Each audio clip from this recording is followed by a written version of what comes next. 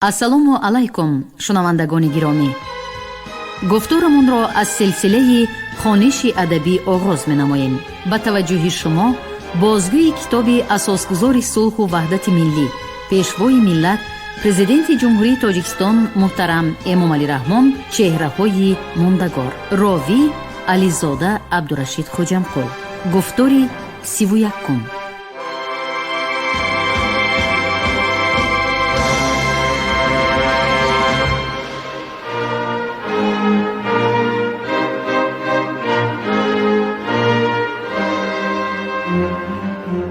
تاریخ گواه است که این سرزمین ابرمردانی را به دنیا آورده است که هر کدام در زمان خیش با خیرت، ذکاوت، دانش و فضیلت به درجه شهرت پیدا کرده بودند که ثمره عمر و خدمت بی‌نظیر، مقام و منزلتشان همیشه و در همه دور و زمان باعث ستایش و قدردانی می باشد. یاد آوردن و معرفی کردن شجاعت و دلیری، فضل و دانش و بزرگی و توانمندی آنها دلیل احترام ما به تاریخ و سیماهای تاریخی و فرهنگی خلق عزیزمان است. امامعلی رحمان، پرزیدنت جمهوری تاجیکستان.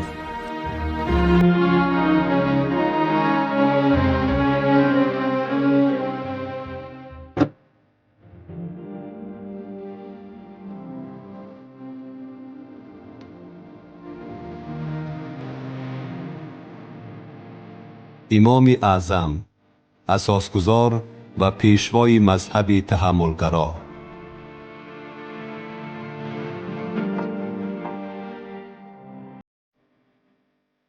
ابو حنیفه در این دوره خیلی حساسی تاریخی که پیروان اسلام و فرقه و مسلک‌های دینی با هم مخالف تقسیم شده بودند، توانست یک نهضت فراگیر شعور اسلامی را به وجود آورد که آن با نام مذهب حنفی در اطراف خود اکثر مسلمانان را متحد ساخته غایه‌های برابری، برادری، تحملگرایی، عدالت اجتماعی و از میان بردن تفریقه نژادی را پشتیبانی و تبلیغ می نمود.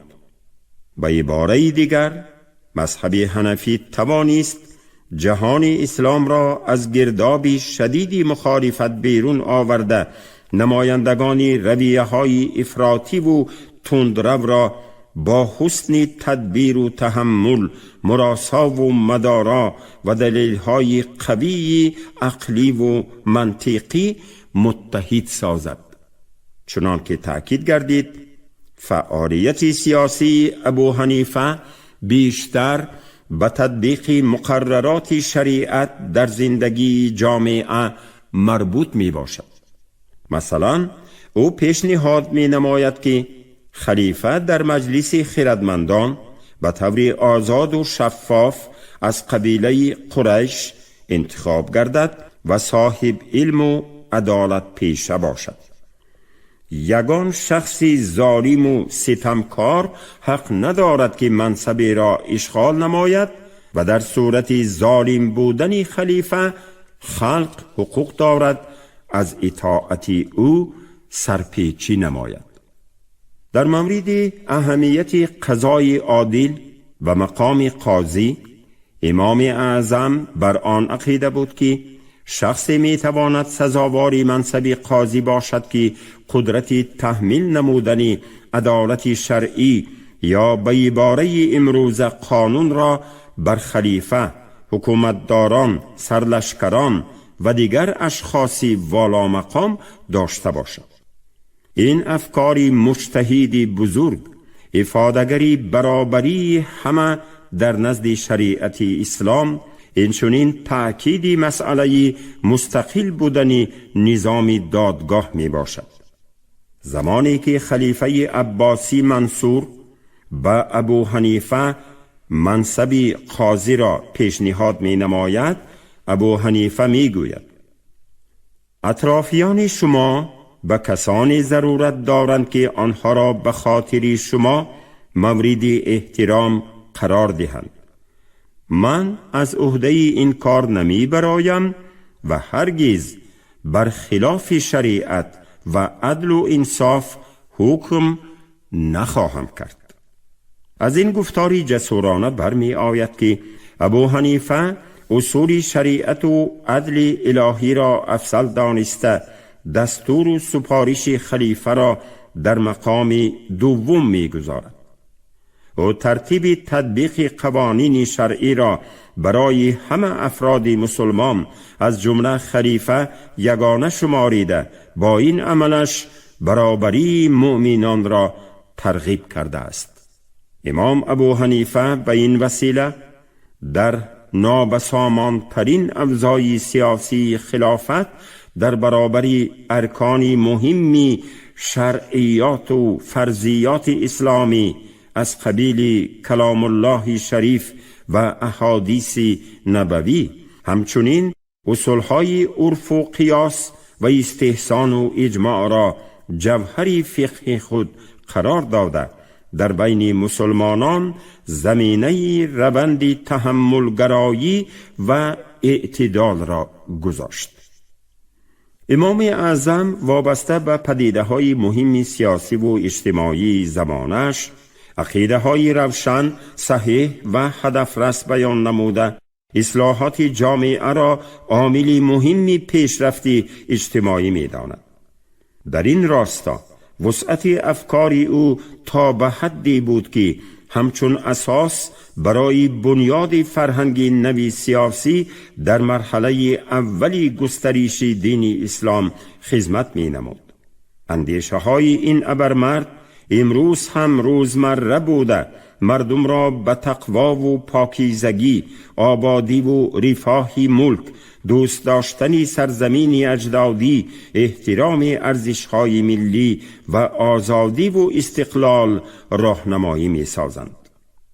به خاطر تأمین مستقلیت موقعی سیاسی، اجتماعی و دینی افراد مسلمان، ابو حنیفه نظریات آزادی اقتصادی و خودکفایی را نیز ترغیب و تشویق می‌نمود. زیرا آزادی سیاسی و اجتماعی بی‌واسطه با وضع اقتصادی هر یک شخص وابسته می باشد. امام اعظم در اساس قرآن شریف و حدیث های پیغمبر مال را ارکان اصلی اصلاح حیات، سبب پیشرفت خلق و کشور و نهایت عامل خوشبختی افراد، جامعه و حتی سلاح مؤمن می حسابد. بزرگان فرمودند که تلف بیهوده و اسراف مال احتیاجمندی را به وجود آورده انسان محتاج را برای دست زدن به هر گونه عملی ناشایسته وادار می سازد. کم بضاعتی و احتیاجمندی در برابر بیسوادی و سطح پست معرفت در هر دور و زمان سرچشمه خشونت و افراطگرایی و دیگر بدبختی های انسانیت محسوب می شود. رزق حلال نیز یکی از شرط های اساسی تعلیمات اسلامی بوده مسلمان کامل باید تأمین زندگی و روزگار خود را از مال حلال انجام دهد. امام اعظم انجام دادن اعمال خیر و صدقات را تنها از مال حلال شخصی جایز می داند. در زیر مفهوم های مال حلال و رزق حلال فلسفه زحمت کشیدن، هنر آموختن و حفظ آیین پاکیزه نهفته است که هدف نهایی آن تازه نگاه داشتن جامعه از اسرافکاری، فساد و رشوه و دیگر عملهای نامطلوب می باشد.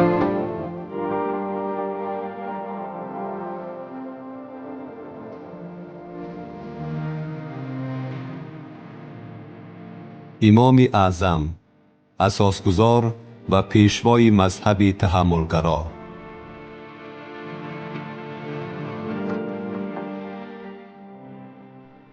امام اعظم با وجود آنکه به قله بلند علم رسیده بود تا آخر عمر مانند رسول اکرم از راه تجارت و بازرگانی زندگی به سر می برد.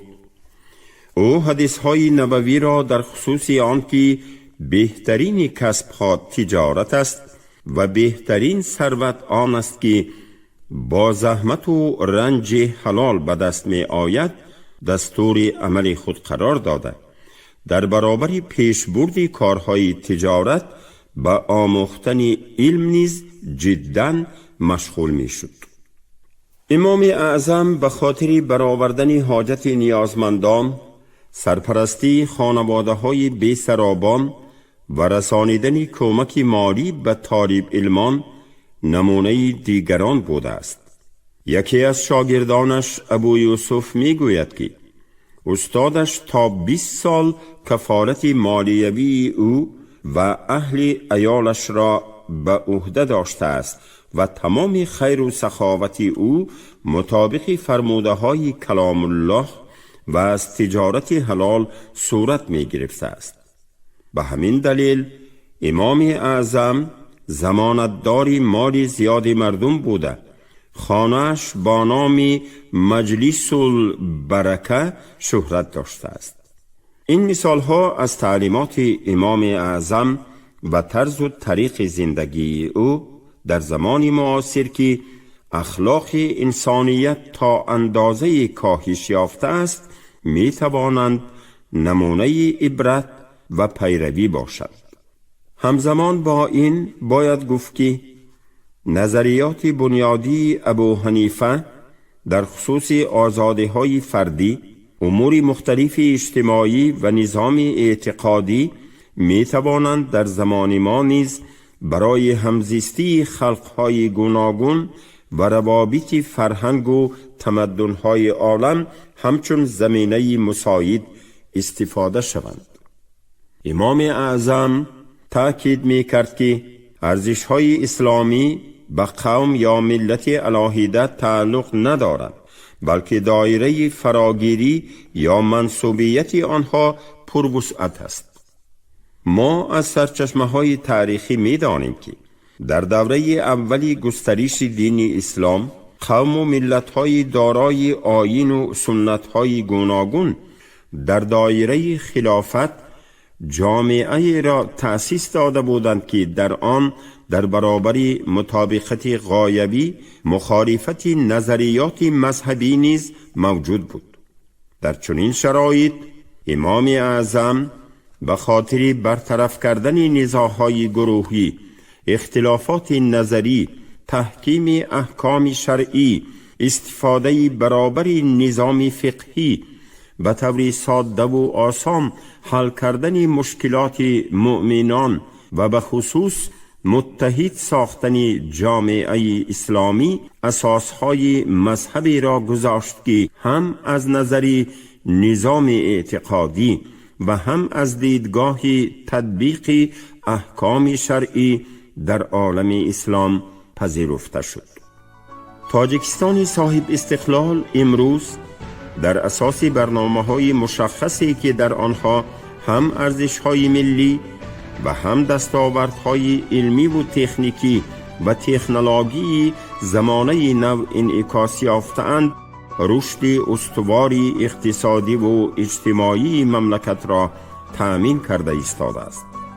ما سعی و کوشش داریم که یک دولت معاصر و متمدن بنیاد نماییم و خواهان آنیم که مردم ما در تمام ساحه‌های علم و هنر و تکنولوژی پیشرفته و در عین زمان از رسم و آیین‌ها و ارزش‌های والای ملی و دینی خود آگاه باشند.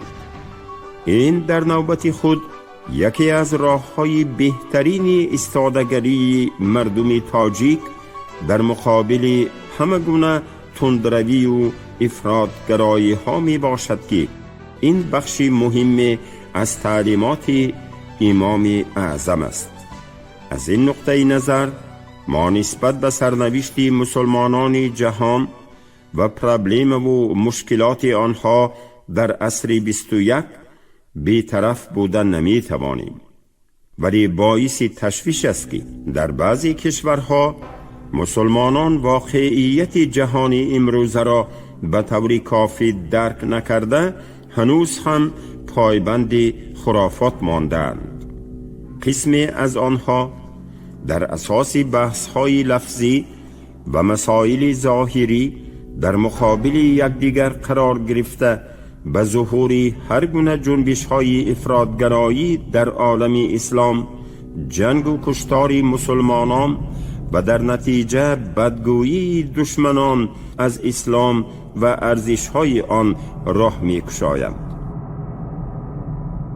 قسم دیگر نمی‌خواهند واقعیت جهانی معاصر، پیشرفت علم و تکنیک و تکنولوژی معاصر را درک نموده هم قدم زمان باشند و سطح و صفت زندگی خیش را بلند بردارند.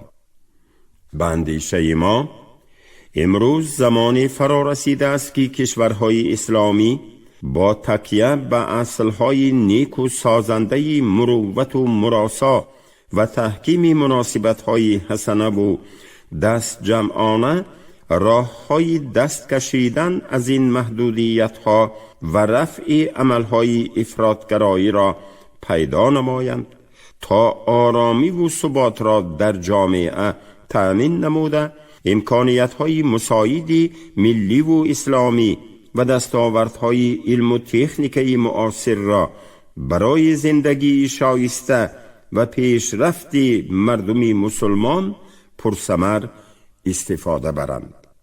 چنین به نظر می رسد که برای حل و فصل این مطالب پیش از همه رشد و توسعه رابطه های گوناگون جبهه اقتصادی و تجارتی و فرهنگی بین کشورها ضرور است. از این رو استفاده تعلیمات امام اعظم برای با هم نزدیک ساختن غرب از نگاه تکنولوژی پیشرفته و شرق دارای منبع‌های غنی معنوی و طبیعی وسیله نهایت مؤثر می باشد.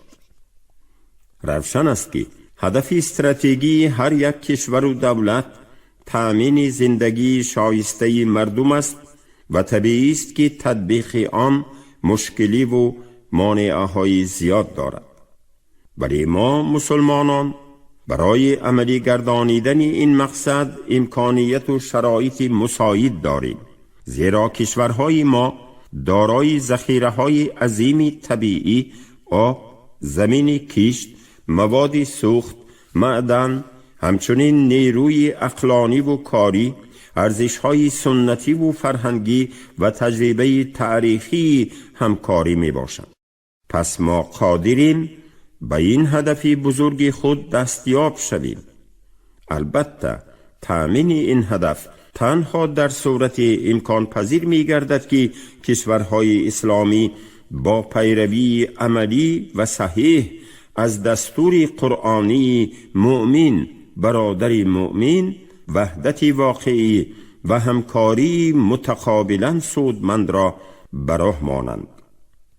برای این همچنین ضرور است که پیشرفت جهان اسلام به خصوص رشد اقتصادی، تکنیکی، تکنولوژی و علمی آن در سیاست دولتی هر کشور مسلمانی اهمیت اولین درجه داشته باشد. در این راه وسعت بخشیدن به فعالیت سرمایه گذاری کشورهای قدرتمند اسلامی در دیگر مملکت‌های مسلمانی رو به انکشاف نیز مقام خاصه دارد. اگر ما با اظهار اراده سیاسی و احساسی برادری و برابری از امکانیت‌های یکدیگر استفاده نماییم، آنگاه می توانیم در مدت نسبتاً کوتاه رشد استوار اقتصادی کشورهای خود را تأمین و سطح زندگی خلقهایمان را به طور نظررس بهتر نماییم تا اینکه برادر مؤمن صاحب زندگی شایسته گردد و قدرت و اعتبار جهان اسلام نیز افزون شود.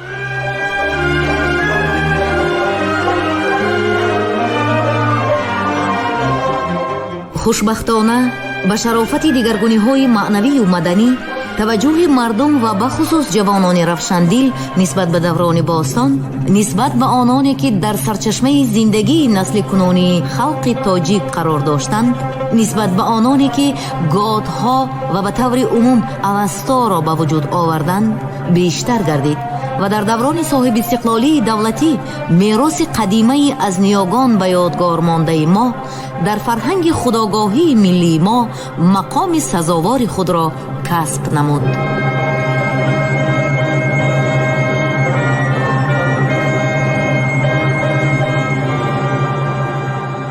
از جانبی عالمان و محققان دین مبین اسلام تا امروز در سمت تفسیر و ترغیب و انتشار منبع‌های نقلی دین اسلام کارهای زیاد به سامان رسانیده شدند. برای تحلیل و ارزیابی و حل و فصل معما و مسائل نظریوی دینی، مناقشه های مذهبی و حقوقی که بیشتر خصوصیت اجتماعی و سیاسی دارند و در پس پرده آنها مطالب گوناگون اجتماعی و سیاسی و جنبش و نزاع‌ها نهان است، هنوز به طور ضروری صورت نگرفته است.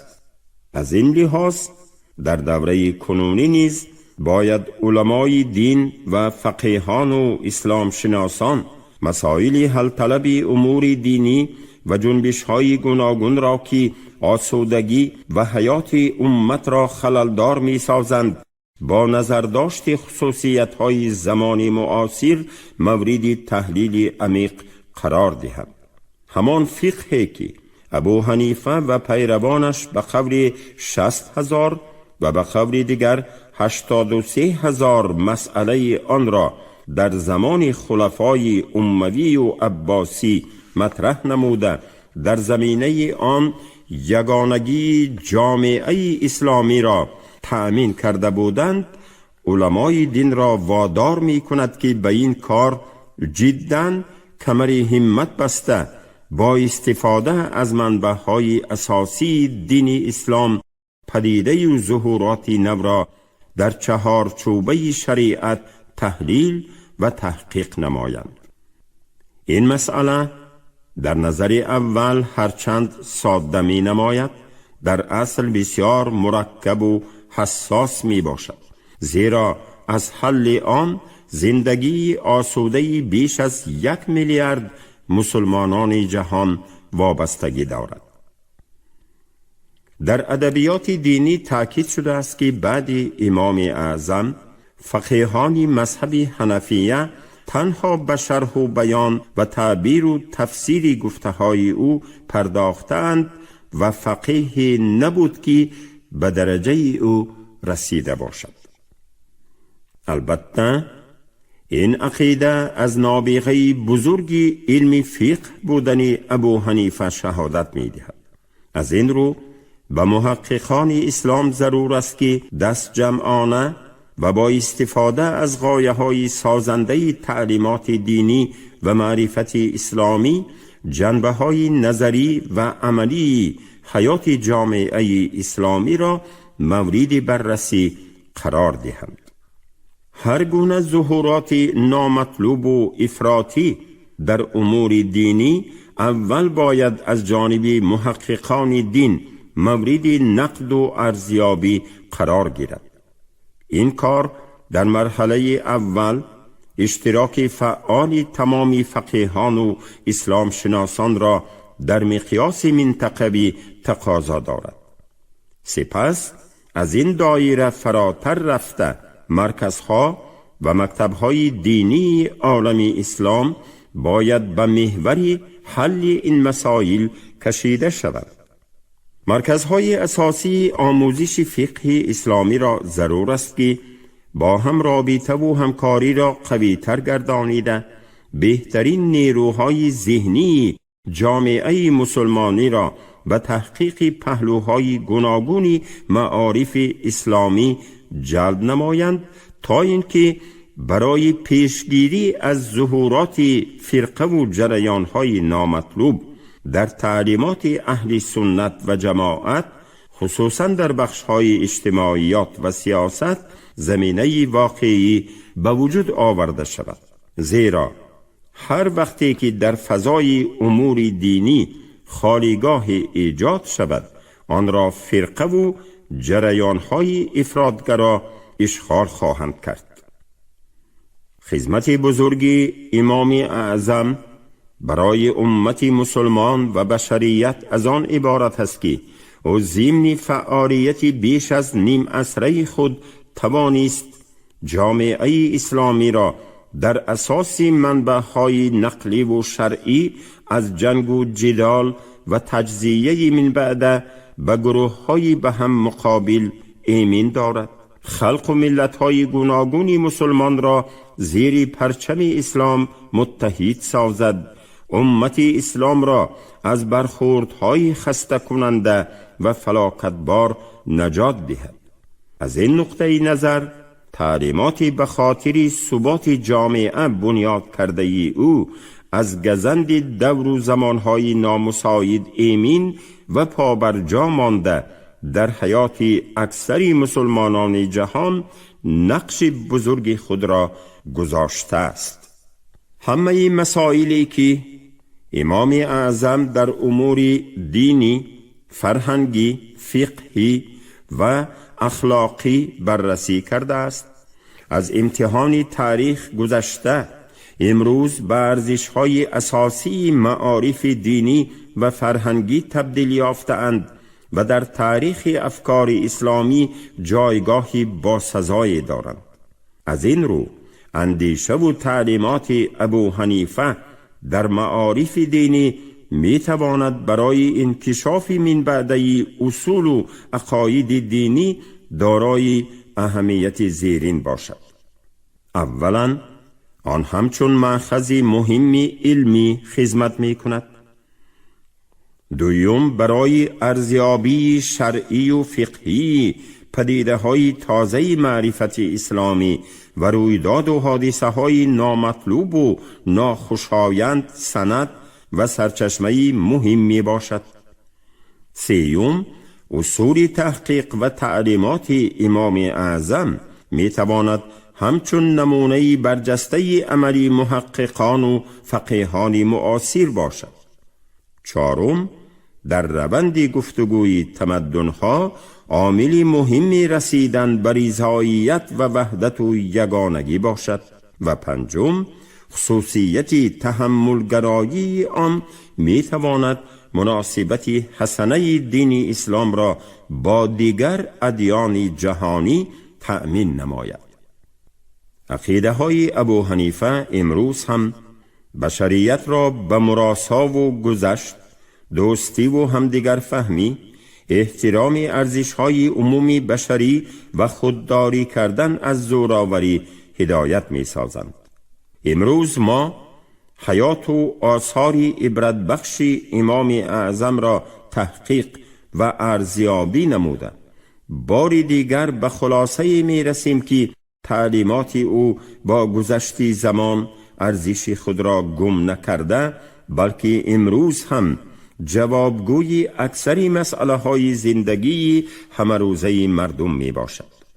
زیرا در مذهب و مکتب دینی و فلسفی و عرفانی امام اعظم رسالت سازندگی و آسایش و رشد جامعه نهفته است.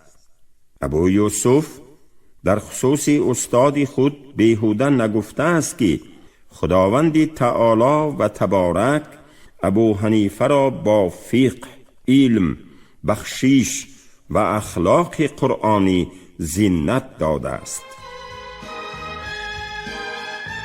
شما گفتاری 31 را از روی کتابی اساسگذار صلح و وحدت ملی، پیشوای ملت، پرزیدنت جمهوری تاجیکستان محترم امامعلی رحمان چهره های ماندگار در قرائت راوی علیزاده عبدالرشید خوجمقل شنیدید. کارگردان شیرعلی نغزلی، منظم آواز کریم طالبوف. پایان گفتار از سلسله خوانشی ادبی.